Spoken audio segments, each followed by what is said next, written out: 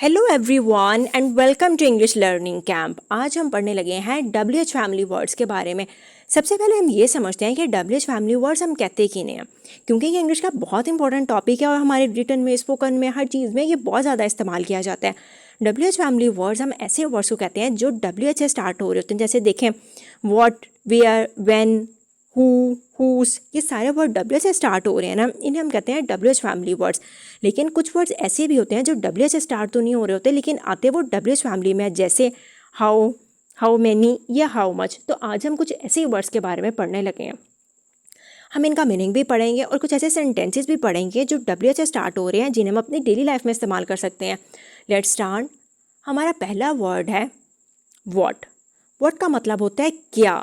तो जब अपने क्या का कोई मीनिंग देना है ना, ये उसके लिए इस्तेमाल किया जाता है। अब इसको ज़रा डिटेल से आगे पढ़ते हैं। वट आर यू डूइंग, आप क्या कर रही हैं। WH फैमिली के जितने भी वर्ड्स होते हैं, इनका काम क्या होता है, उन्होंने कुछ सवाल पूछना होता है, हम इनको सवाल पूछने के लिए इस्तेमाल करते हैं। वट डू यू वॉन्ट, आप क्या चाहते हैं। What a great day. देखिए, फर्स्ट टू सेंटेंसेस में हम क्वेश्चन पूछ रहे थे, सवाल कर रहे थे, लेकिन जो थर्ड सेंटेंस है इसमें हम अपना कोई इमोशन, कोई फीलिंग शो कर रहे थे। तो व्हाट का इस्तेमाल तब भी किया जाता है जब हमने अपने कोई इमोशन, कोई फीलिंग शो करनी है। जब हम कह रहे हैं व्हाट अ ग्रेट डे, कितना अच्छा दिन है, हम कोई खुशी या कोई एक्साइटमेंट शो कर रहे हैं, तो इसका इस्तेमाल कोई इमोशन, कोई फीलिंग शो करने के लिए भी किया जा रहा है। और इसके एंड पे एक्सक्लेमेटरी मार्क आया हुआ है। एक्सक्लेमेटरी मार्क ये जाहिर करता है कि हम कोई फीलिंग शो कर रहे हैं। तो व्हाट का इस्तेमाल हमने तब करना है जब हम उर्दू में क्या का वर्ड इस्तेमाल करना चाह रहे हैं। सारे जो WH फैमिली के वर्ड्स हैं, इनका इस्तेमाल किस काम के लिए किया जाता है, सवाल पूछने के लिए, क्वेश्चन के लिए। तो पहला WH फैमिली का जो वर्ड हमने पढ़ा है वो है व्हाट।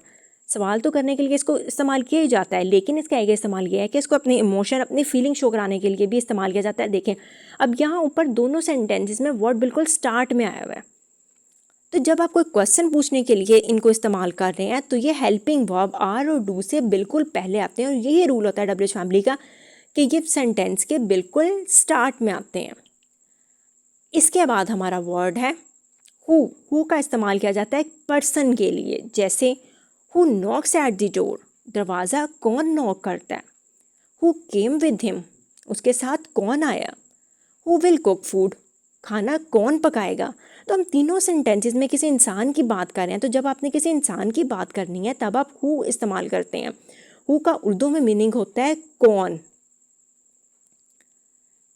इसके बाद है व्हेन। व्हेन का इस्तेमाल किया जाता है टाइम पूछने के लिए, वक्त पूछने के लिए, जैसे when do you go to work, आप काम पर कब जाते हैं। When will he tell me, वो मुझे कब बताएगा। When did they leave this house, उन्होंने इस घर को कब छोड़ा था। अब देखें, हमारा पहला ऊपर हेल्पिंग वर्ब क्या है, डू। दूसरा हेल्पिंग वर्ब क्या है, विल। तीसरा हेल्पिंग वर्ब क्या है, डिड। हेल्पिंग वर्ब से बिल्कुल पहले व्हेन आया हुआ है। सवाल तो हम पूछ रहे हैं, लेकिन ये बिल्कुल सेंटेंस के स्टार्ट में आया हुआ है टाइम पूछने के लिए। आप काम पर कब जाते हैं, वो मुझे कब बताएगा, वो उन्होंने इस घर को कब छोड़ा था। सब में हम क्वेश्चन पूछ रहे हैं कि व्हेन का वर्ड बिल्कुल स्टार्ट में आया हुआ है। इसके बाद है वेयर। वेयर का इस्तेमाल किया जाता है प्लेस के लिए, जगह के लिए, जैसे वेयर डज ही लिव, वो कहाँ रहता है। अब देखें, वेयर बिल्कुल स्टार्ट में आया हुआ है। वेयर का उर्दू में मतलब होता है कहाँ, वो कहाँ रहता है। Where do you want to go, आप कहाँ जाना चाहते हैं। वेयर इज़ माई फ़ोन, मेरा फ़ोन कहाँ है। तीनों सेंटेंसेस में कहाँ का वर्ड आया है। जैसे इशारतन हम ये पूछ रहे हैं जगह के बारे में, वो कहाँ रहते हैं, जगह की बात की जा रही है। वो आप कहाँ जाना चाहते हैं, जगह की बात की जा रही है। मेरा फ़ोन का है, जगह की बात की जा रही है कि उस जगह का बताएं जहाँ मेरा फ़ोन है। तो जगह की जब आपने बात करनी है तब हमने वेयर का वर्ड इस्तेमाल करना है। देख लें, वेयर भी बिल्कुल स्टार्ट में आया हुआ है सेंटेंस के। इसके बाद है हुज़। हुज़ का इस्तेमाल किया जाता है पोजेशन के लिए। पोजेशन कहते हैं मलकियत बताने के लिए। जिस तरह अगर मेरे पास कोई पेन है ना, तो ये मेरी पोजेशन है, मेरी मलकियत है। हुज़ कार इज़ दिस, ये किसकी कार है। Whose birthday is it today, आज किसकी बर्थडे है। Whose bag are you carrying, आपने किसका बैग उठाया हुआ है। तो अब यहाँ पे हुज़ हमें बता रहा है कि हम किसी की पोजेशन की, मलकियत की बात कर रहे हैं। हमारा अगला वर्ड है वाई। वाई का इस्तेमाल किया जाता है रीज़न पूछने के लिए, वजह पूछने के लिए। उर्दू में वाई का मतलब होता है क्यों। वाई आर यू लेट, आप लेट क्यों हैं, यानी मुझे रीज़न बताएं आप लेट क्यों हैं। वाई बिल्कुल स्टार्ट में आया हुआ है। Why are you calling me, आप मुझे कॉल क्यों कर रही हैं, बिल्कुल स्टार्ट में है। Why did you beat him, आपने उसे क्यों मारा। तो जब हमने क्यों का वर्ड इस्तेमाल करना है जिसके लिए हमने कोई रीज़न पूछनी है, तब हम वाई का इस्तेमाल करते हैं।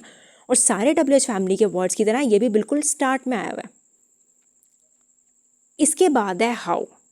हाउ बेशक WH से स्टार्ट नहीं हो रहा, लेकिन मैंने आपको स्टार्ट में बताया था कि ये आता WH फैमिली में ही है। इसका मतलब होता है किस तरीके से, किस मैनर से। हाउ डज इट वर्क, ये कैसे काम करता है। How do they manage it, वो इसे कैसे मैनेज करते हैं। How did you pass that test, आपने ये टेस्ट कैसे पास किया था। तो उर्दू में हाउ का मतलब क्या होता है, कैसे। हर सेंटेंस में कैसे का वर्ड आया हुआ है।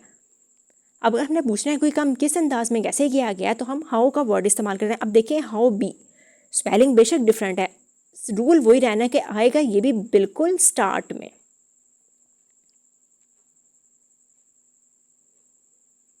इसके बाद है हाउ मैनी।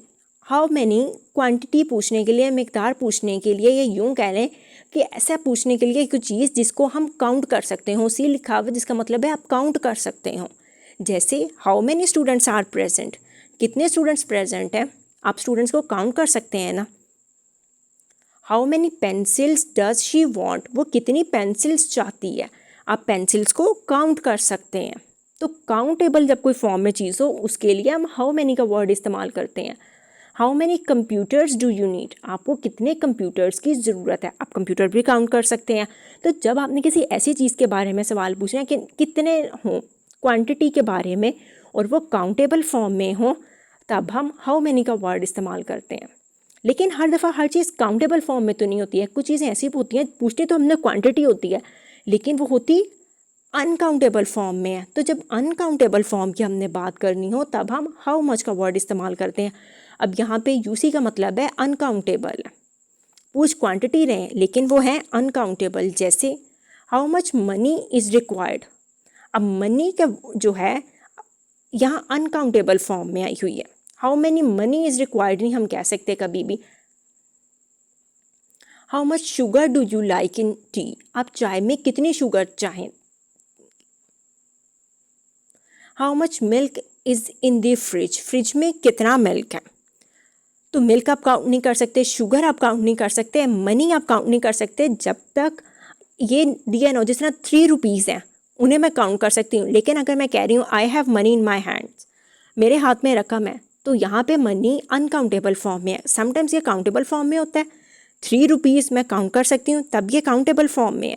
लेकिन अगर मैं कह रही हूँ आई हैव मनी, तो मैं मनी काउंट नहीं कर सकती, यहाँ पे ये अनकाउंटेबल फॉर्म में। अगर आपके पास एक एग्जैक्ट डिजिट है ना, जिस तरह 3 रुपीज़, ये तब काउंटेबल फॉर्म में आएगा। तो आई होप आपको अच्छे से ये क्लियर हो गया होगा। वीडियो पसंद आई हो तो please like, share and subscribe. Thank you.